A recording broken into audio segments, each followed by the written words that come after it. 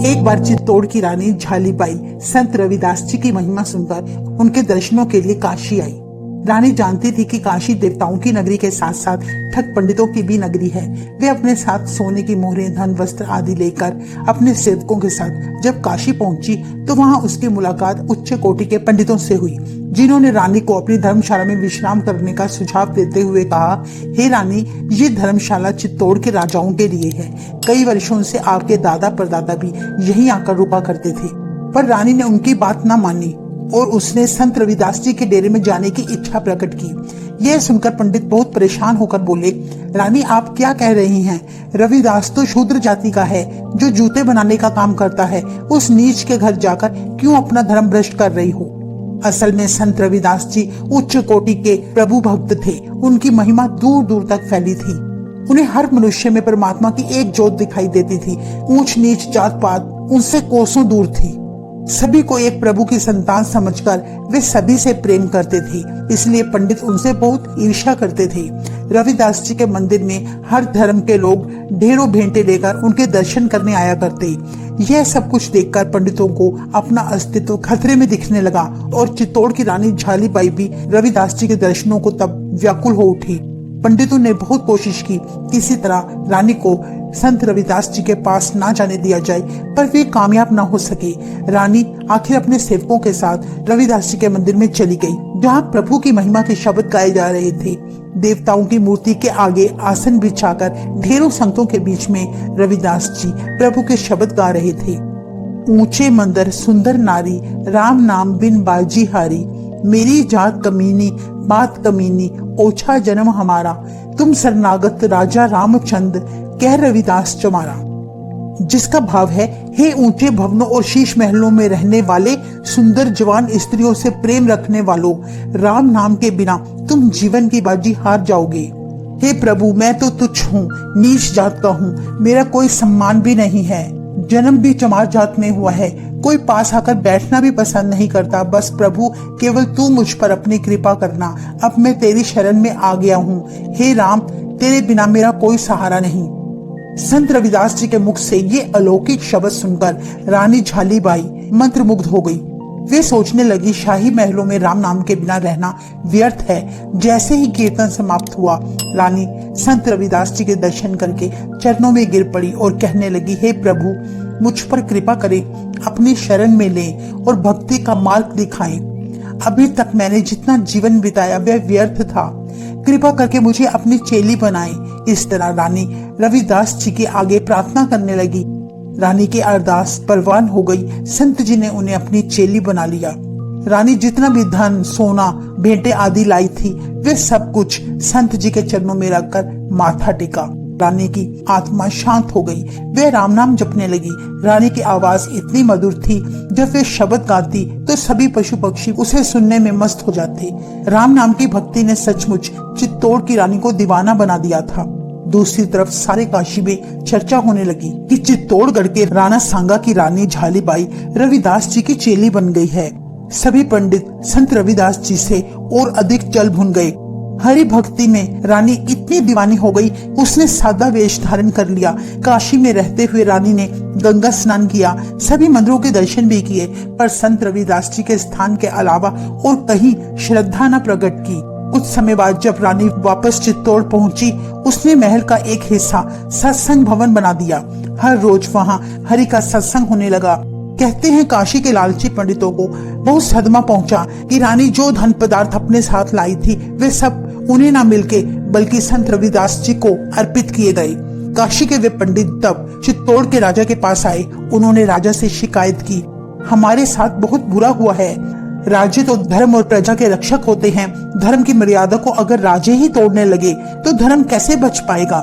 हिंदू संस्कृति का सिर्फ नाश ही हो जाएगा। राजा ने पूछा, आप क्या कहना चाहते हैं? तब पंडितों ने कहा, आपकी रानी झालीबाई तीर्थ यात्रा करने काशी आई थी। काशी में रहते हुए वह चमार रविदास जी को अपना गुरु धारण कर आई हैं। यही नहीं बल्कि सारी भेंटें भी उसे ही दे आई हैं।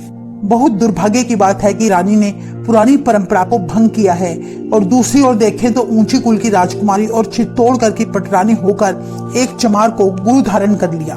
रानी ने तो धर्म के साथ धोखा किया है, आज तक ऐसी गुस्ताखी कभी नहीं हुई, इसलिए रानी को पश्चाताप करना होगा, नहीं तो देवताओं का उन्हें श्राप लगेगा। पंडितों के मुख से ऐसी बातें सुनकर राजा क्रोधित हो गया।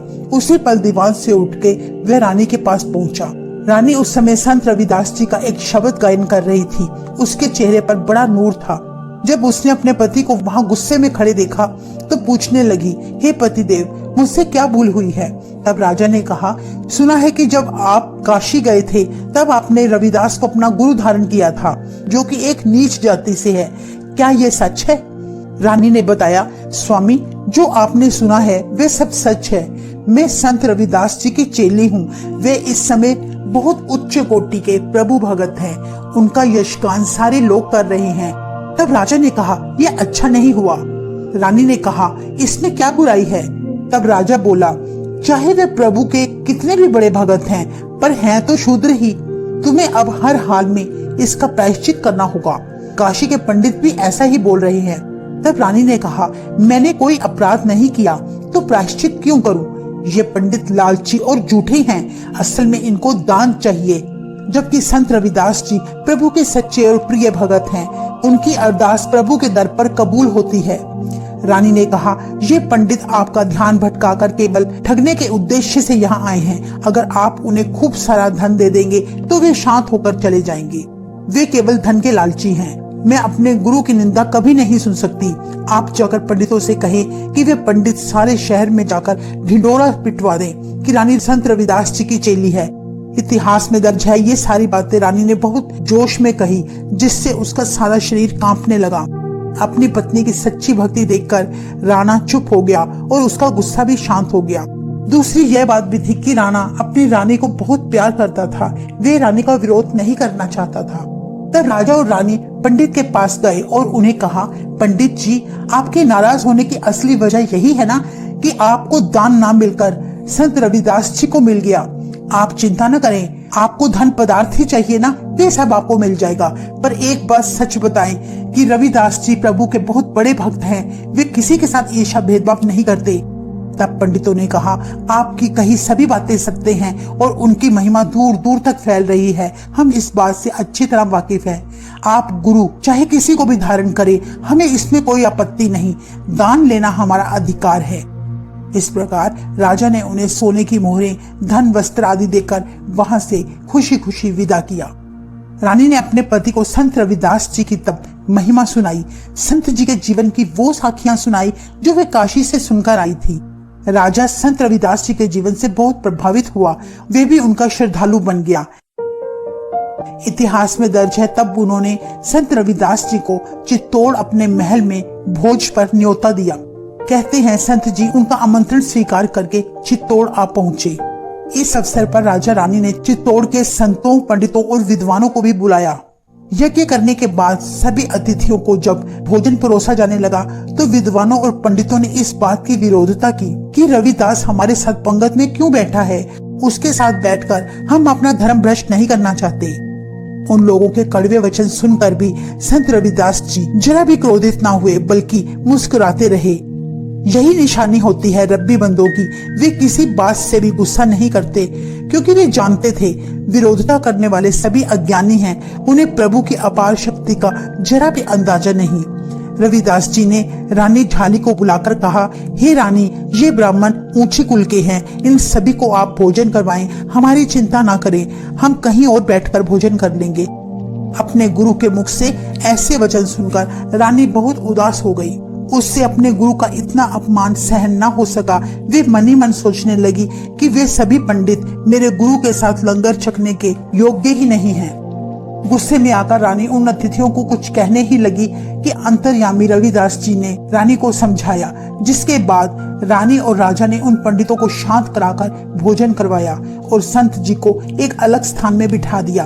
वे पंडित मन ही मन बड़े खुश थे कि आखिर उनकी बात स्वीकार कर ली गई। वे अज्ञानी संत रविदास जी की महिमा नहीं जानते थे। वे संत जी को पंगत से उठाने वाली बात तो कह बैठे थे, पर जब उन्होंने उसी भगवान का उसी पल एक करिश्मा देखा तो वे बुरी तरह से डर गए। उन्होंने देखा कि पंगत में बैठे हर पंडित के साथ संत रविदास जी बैठे दिखाई दे रहे थे। वे ऐसा नजारा देखकर चिल्लाने लगे। उनमें से कुछ पंडित समझ गए कि ये प्रभु की लीला है, जिसने हमें यह एहसास कराया कि संत रविदास जी का अपमान करना प्रभु को बिल्कुल रास नहीं आया। आखिर सभी पंडितों ने राजा के आगे प्रार्थना की कि रविदास महाराज जी को बुलाया जाए। हमसे बहुत बड़ी भूल हुई है जो हम उन्हें नहीं पहचान पाए। उन्हें पंगत में बिठाया जाए, तभी हम उनसे क्षमा मांगकर उनके साथ भोजन करेंगे। कहते हैं तब संत रविदास जी ने सभी को क्षमा किया और उनके साथ भोजन भी ग्रहण किया। संत जी ने सभी को उपदेश दिया, भगवान प्रेम और भक्ति भाव देखता है, उसे जात पात ऊंच नीच से कोई मतलब नहीं। इस प्रकार संत रविदास जी उन्हें उपदेश देकर वहां से चले गए।